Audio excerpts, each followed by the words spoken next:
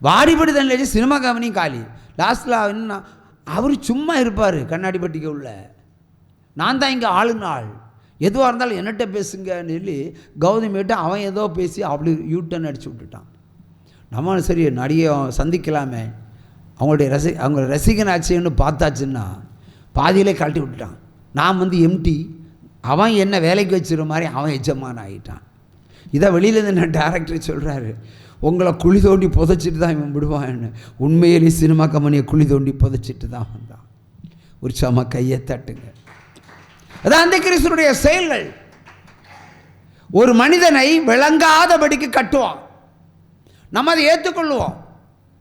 இன்றைக்கி அப்படிதான் கிறிஸ்துக்குள்ள கிறிஸ்தவர்கள் ஜெபம் பண்ணுறாங்க. எத்தனை பேர் உண்மையான ஜெபம் பண்ணுறீங்க? நீங்கள் உண்மையான ஜெபம் எத்தனை பேர் பண்ணுறீங்க? எதுக்கு அரை மணி நேரம் 1 மணி நேரம் 1 மணி நேரம் ஜெபம் பண்ண அவங்க பரிசுத்தத்துக்கு ஜெபம் பண்ணுங்க. யாரும் எதுவும் கேட்காதீங்க. நீங்கள் 1 மணி நேரம் பட்டியல் போடுறீங்க, ஒன்று கூட தர மாட்டார். ஒத்த கூட அவருக்கு என்ன தெரியாத எல்லாமே அவருக்கு தெரிந்திருக்குல்லவா.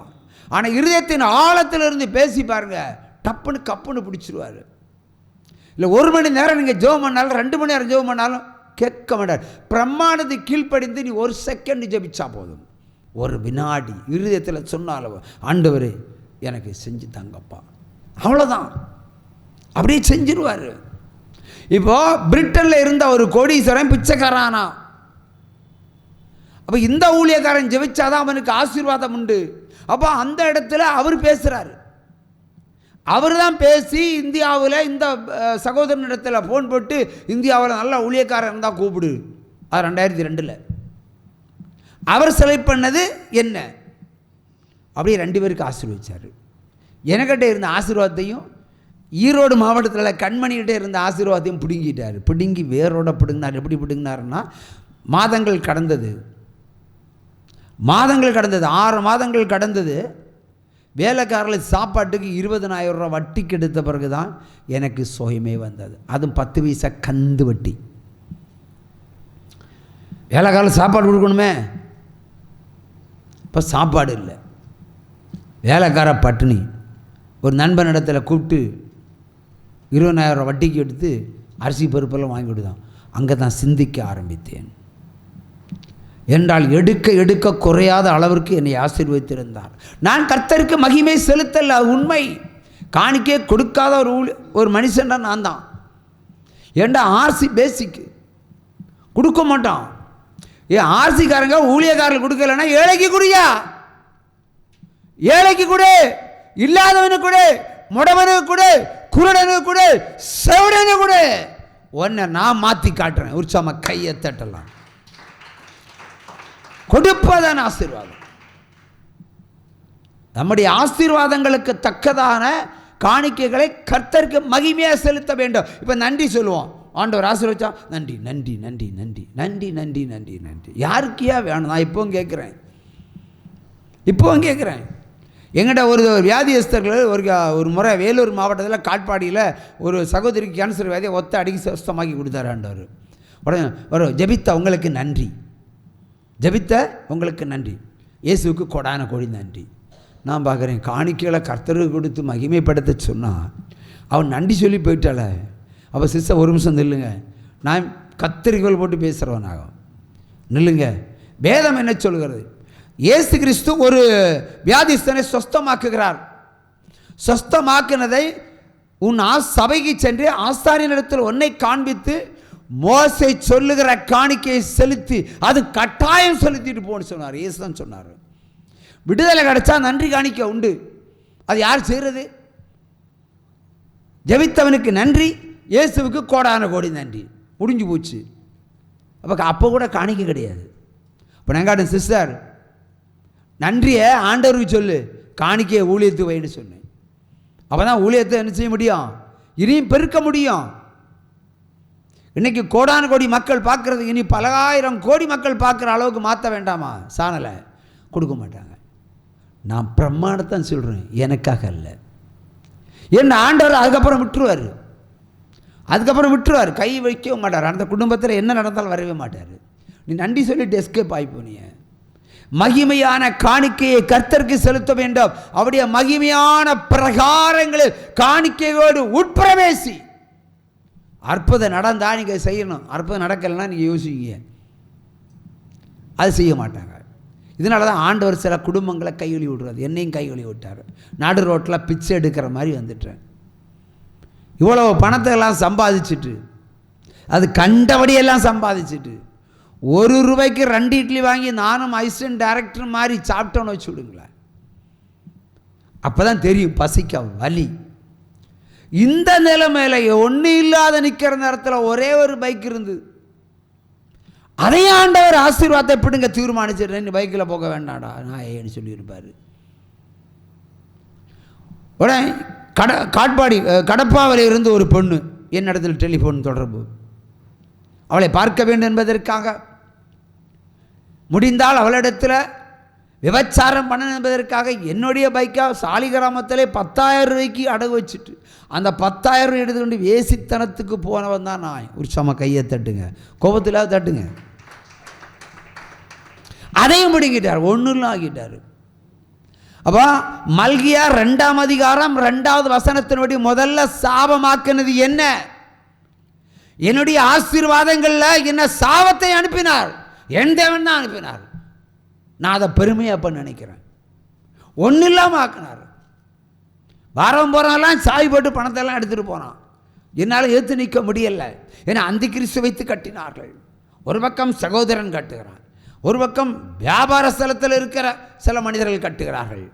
மொத்தத்தில் 0 ஆக்கி விட்டார். அப்புறம் தான் இயேசுவை நான் தேடுறேன், மெய்யாய் தேடுகிறேன். அது வரைக்கும் எவ்வளோ பணம் இருந்தாலும் தேடுமா? பிதா சுதன் பரிசுத்தாயின் பேராலே ஆமேன் உமக்கு 7 முழு போ, முடிஞ்சு போச்சு. எங்கேயா வசனம் இருக்கு? எங்கேயா விசுவாசம் இருக்கு?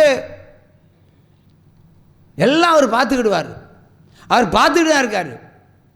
ஆர்சிக்காரங்க நிறைய பேர் சிகரெட் அடிப்பாங்க. பெந்திகோஸ்தார் அந்த அளவுக்கு குறைச்சிட்டான்.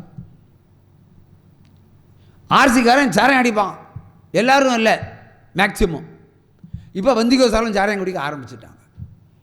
பாஸ்டர்ஸே சாராயம் குடிப்பாங்க. இல்லைன்னா என்னோட காய்ச்சலும் பட்டியல் நான் போட்டு தரேன். கண்ணை மூடினாலே போதும், சாராய லிஸ்ட் அப்படி வந்துடும், சோயங்கன்னு வந்துடும். பாவத்தை கணக்கு கண்டுபிடிக்க தெரிஞ்சா இந்த பழக்கம் உள்ளது தெரியாதா? என்ன இப்போ அந்தி கிறிஸ்து உங்கள்கிட்ட கேட்குறேன், பெந்திகோஸ்காரர்கிட்ட அந்தி கிறிஸ்து கிரியை செய்கிறான்.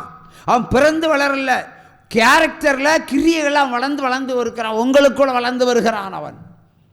என்ன சொல்லுவீங்க நீங்கள்?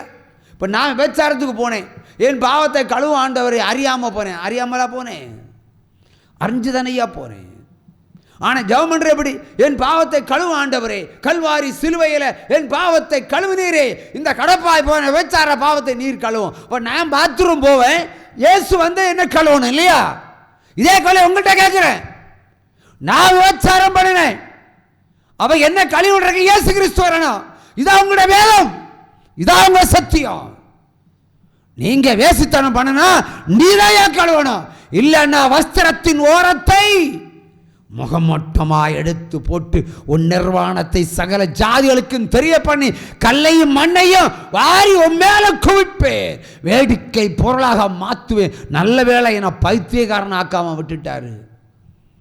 இல்லைன்னா நான் தான் முதல் பைத்தியக்காரன் ஆகியிருக்கணும். பைத்தியக்காரனை வீட்டுக்குள்ள விடுவாங்களா? விடமாட்டாங்கல்ல. இதையா சத்தியம். ஆகவே உங்கள்ட்ட இருக்கிற அந்தி கிறிஸ்து தான் எப்படி ஜபிக்க வைக்கிறான். கல்வாரியில என் பாவத்தை கழுவும். நீ ஆவாவன் பாத்ரூம் போகும்போதெல்லாம் அவர் தண்ணி கொண்டு வந்து கழுவி தரணும். உங்களுக்கு முட்டாள் கிறிஸ்தவர்களா இருக்காதீங்க. பரிசுத்த ஞானம் வேண்டும். சாத்தான் உங்களை வஞ்சிக்கிறான், அந்தி கிறிஸ்து வஞ்சிக்கிறான். எப்படி ஜபிக்கிறனே தெரியாது. ஒரு ஊழியக்காரன் கொரோனா காலத்தில் மைக்கில் கேமராவில் ஆடுறான். அழ சொன்னார் ஆண்டவர். அவர் என்ன, கலங்காது திகையாது, நான் உன்னோட இருக்கிறேன்னு தானே சொன்னார். அப்புறம் எதுக்கியா கலங்கணும்? ஏசப்பாட்ட உங்களுக்கு ஏதாவது வேணும்னா கண்ணீர் தேவையா? நீ மூக்கையும் சிந்தி கண்ணீர் 1/2 மணி நேரம் அழுதா உங்களுக்கு அற்புதம் நடக்குமா? அந்தி கிறிஸ்துனுடைய அற்புதம் நடக்கும். அளவுன்னு அவர் சொல்லல, வசனத்தை சொல்லியா. வசனம் தான் விடுதலையாக்கும். வசனம் தான் ரட்சிப்பின் வஸ்திரத்தை கொண்டு வரும். வசனம் தான் உன்னை தாழ்த்தும். வசனம் தான் உன்னை உயர்த்தும். வசனம் தான் உன்னை அடிக்கும். வசனம் தான் அழிக்கும். வசனம் தான் ஆசீர்வாதத்தை கொண்டு வரும். உற்சாகமாக கையை தட்டலாம்.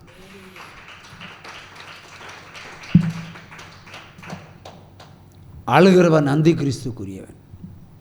அழுது ஜெபம் பண்ணக்கூடாது. அப்போ நம்பிக்கை சத்து போச்சு உங்கள்கிட்ட. என் தேவனிடத்தில் வரக்கு என்னதுக்கு அழணும்? அதெல்லாம் அறவர கிறிஸ்தவர்களாக இருக்கட்டுமே. நீங்கள்லாம் அப்படி அல்ல, அழக்கூடாது. என்ன தலையில் இடி விளட்டுமே, எதுக்கு அழணும்? குடும்பத்தில் ஒன்று சொத்து போச்சு, எதுக்கு அழணும்? அழுதா வந்துருமா? கேட்குறேன், அழுதா வந்துருமா? வராதில்ல. ஆனால் இருக்கிற உயிரை காக்கிறதுக்கு வேத வசனம் தாயா உண்மை. உற்சமா கையை தட்டி கையை தட்டி கையை தட்டி யாக்கோபு 1ஆம் அதிகாரம் 22ஆம் வசனத்தை வாசிக்க கேட்போம்.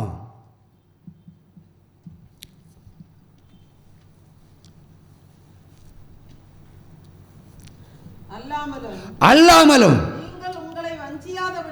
நீங்கள் உங்களை வஞ்சியாதபடிக்கு திருவசனத்தை கேட்கிறவராய் மாத்திரமல்ல, அதன்படி செய்கிறவருமாயிருங்கள். அல்லேலூயா. வசனத்தை கேட்டு அதன்படி நடைங்க, செய்யணும், கீழ்ப்படியணும். வேலை செய்யணும்னா நீ ஒரு வேலையை செய்யணும். அந்த பக்கம் போன்னு சொன்னால் அந்த பக்கம் நீ போகணும். ஒரு முறை நான் போனேன், கடங்காரெல்லாம் தேடிட்டு இருக்காங்க, குண்டாய் சமைச்சு தேடிட்டு இருக்காங்க. டீ குடிக்கணும், 2 ரூபா கிடச்சிது, இல்லை 3 ரூபா கிடச்சி டீ குடிக்க போகிறோம். குடிச்சிட்டு வரும்போது மெயின் ரோட்டில் வந்துட்டுருக்கிறேன். டிஎன்ஹெச்பி மெயின் ரோட்டில், அந்த ரோட்டில் கீழே வந்துட்டுருக்கிறேன். வந்துட்டு இருக்கும்போது ஒரு சத்தம் கேட்குது. அப்போ அரசி கிருஷ்ணன் தான், நீ இந்த சகதி வழியாக இறங்கி போன்னு சொல்கிறாரு. ஒரு சத்தம் கேட்குது, சகதி வழியாக. அங்கேன்னா ஏகப்பட்ட பன்றிகள் அப்படி உருண்டு கழிக்கும், உருண்டு கழிக்கும். இப்போ இருக்கிற ஆவடி வேறு, அன்னைக்கு இருந்த ஆவடி உருண்டு கழிக்கும். நல்ல முள் குத்தினா விஷம் மாதிரி இருக்கும், அது கிடக்கு. இப்படி போகணும். நான் போக மாட்டேன். போவேனா? ஆனால் பேசுவது ஆண்டவருண்டு எனக்கு அப்போ தெரியாது. உடனே எனக்குள்ள ஒரு பயம், ஒரு திகில். ஆண்டவரை வச்சுக்கிட்டாரு. இப்போ என்ன கடன் சம்பந்தப்பட்ட பயத்தையும் திகிலையும் எனக்குள்ளே ஊற்றினார். இப்போ நான் பயப்படுறேன். நிச்சயமாக அந்த குண்டாயுசம் என் வீட்டுக்கு போயிருப்பான்னுவான். நான் இதே ரோட்டில் போனால் கட்டாயம் கண்டுபிடிச்சிடுவான். அப்போ இந்த சத்தம் கேட்டில நான் இந்த சகதியில் இறங்கி நடந்தேன். இதான் ஐயா கீழ்ப்படிதல். சகதியில் நடக்கணும், முள்ளில் நடக்கணும். நான் நடந்தேன். அந்த நேரத்தில் தான் ஆண்டவர் சொன்னார், கலங்காதி திகையாதி, நான் உன்னோடு கூட இருந்து எல்லாவற்றையும் செய்து முடிப்பேன். எங்கிருந்து அப்போ சத்தம் வருதுன்னு பார்த்தா அப்படியே ஒரு பெண்பஸ்தர நிழல். பேயா பிசாசா? நம்ம ஊராக இருந்தால் பேய் பிசாசுன்னு சொல்லலாம். பட்டணத்தில் இருந்து இது பேய் பிசாசுன்னு சொல்ல முடியுமா? சொன்னது ஆறுதலான வார்த்தையாக இருக்கே, நம்மளை தேற்றுகிற வசனமாக இருக்கிறத. பயப்படாதே, திகையாதே, கலங்காத, உன்னோடு கூட இருக்கிறேன். அந்த வரிகள் என் இருதயத்தை தொட்டதுமே பயம் போயிடுச்சு, நடுக்கம் போயிடுச்சு. நான் சாக வேண்டியதில் பிழைச்சிருவேன் நம்பிக்கை வந்தது. உற்சமா கையை தட்டுங்க. அல்லேலூயா. அது கர்த்தருடைய வார்த்தை உயிரை கொடுக்கும், உயிரை எடுக்காது. அந்தி கிறிஸ்துனுடைய வார்த்தை உயிரை எடுக்கும், அது கொடுக்க முடியாது. பிடுங்க வர அவன் எச்சரிக்கிற தேவன். ஏன் எச்சரிக்கிறார்? நம்முடைய வீடுகளில் பாவம் இருந்தா போய் சொன்னாலே கொன்று போடுவார். அதையா நம்ம தேவன். விபச்சாரம் செய்ய வேண்டிய அவசியம் இல்லை, போய் சொன்னாலே கொன்று போடுகிற தேவன். அனானியா சப்பீரியாவை கொன்று போட்டாரா இல்லையா? பழையான் தீர்க்கதரிசியை கீழ்ப்படியாதவனை கொன்று போட்டாரா இல்லையா? சவுலை அழித்தாரா இல்லையா? அவனுக்கும் ஆசீர்வாதம் இருந்தது. ராஜா தற்கொலைய இரவலா கேட்டு வாங்குகிறான். அவனுக்குள்ள பயம். வேறுதான் அச்சு விட்டான் அடி, நெஞ்சுக்குள்ள தச்சுது அம்பு.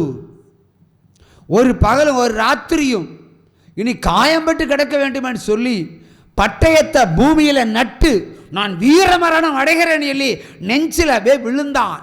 பட்டயம் முதுக பின்னாடி வந்து செத்தானா? கர்த்தர் வைத்த அழிவு அத்தனை நீ பார்க்காம நீ சாகவே முடியாது.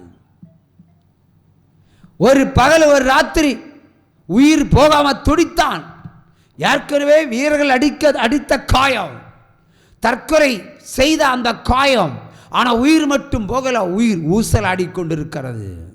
பகல் வேளையில, மறுநாள் பகல் வேளையில ஒரு பெலிஸ்தீன் வருகிறான். பெலிஸ்தீனே நீ வா, கிட்ட வா, நான் சவுல் ராஜா. அப்போ சவுல் ராஜாவா? ஐயா வணக்கம் நமஸ்காரம்னு சொல்லியிருப்பான். நீ ஒன்று பண்ணுறியா, உன் கையில் இருக்கிற பட்டயத்தை வச்சு என்னை கொன்று போடு. அப்போ பெலிஸ்தீனா உங்களுக்கு இளக்காரம், பெலிஸ்தீனா அடிமைகள், பெலிஸ்தீனா வேண்டாம் உங்களுக்கு. இப்போ நீ ராஜா என்னட்ட மரண பிச்சை கேட்குற, இதுதான் சந்தர்ப்பம். அவன் பட்டயத்தை உருவி சவுலை கொன்றான். கொன்றுட்டு தாவீதுகிட்ட போய் சொன்னான், அபிஷேகம் பண்ணப்பட்டவனை நீ கொன்றாய் என்று சொல்லி சொன்னவனை தாவீது கொன்றான் என்றால் மாமனார். உற்சாம கையை தட்டலாம். ஹல்லேலூயா. பாருங்க, அவருடைய இழிவு சாவு. கீழ்ப்படியாமல் போன சவுலுக்கு இழிவு சாவை கொடுத்தார். சும்மா ஜாதகம் பார்க்க போனான், குறி கேட்க போனான், கொன்றார். ஒரு பாவம். வேற என்ன காண முடியும்? அடுத்து அமலேக்கனை கொன்றுட்டு வான்னு சொன்னா கூட்டிட்டு வந்தாங்க. ரெண்டாவது பாவம். சவுல் சாமுவேல் பலியிட வேண்டிய பலியை 5 நிமிடம் தாமதம் வந்ததினால், ஜனங்கள் அப்படி இறைச்சலை கொடுத்தபடியினால் சாமுவேல் தீர்க்கதரிசி பலியிட வேண்டாம், நாம் பலியிட. சாமுவேல் தீர்க்கதரிசி நிறைவேற்றக்கூடிய பலியை சவுல் நிறைவேற்றினான். ராஜ்யபாரத்தை கிழிச்சு விட்டார் ஆண்டவர். சின்ன சின்ன தவறுகளுக்கு தான் பைபிளில் மிகப்பெரிய தண்டனைகளை ஆண்டவர் கொடுத்திருக்கிறார். ஆனால் நம்ம சின்னதையும் செய்வோம், பெரிய பாவங்களையும் செய்வோம். கேட்டா அவர் கல்வாரியில் கழுவினார். யூதாசையை மன்னிக்காத தேவன், அந்த ஜாதி மக்களே மன்னிக்காத தேவன், விபச்சாரி வேசியை மன்னிக்காத தேவன் உங்களை மன்னிப்பாரா?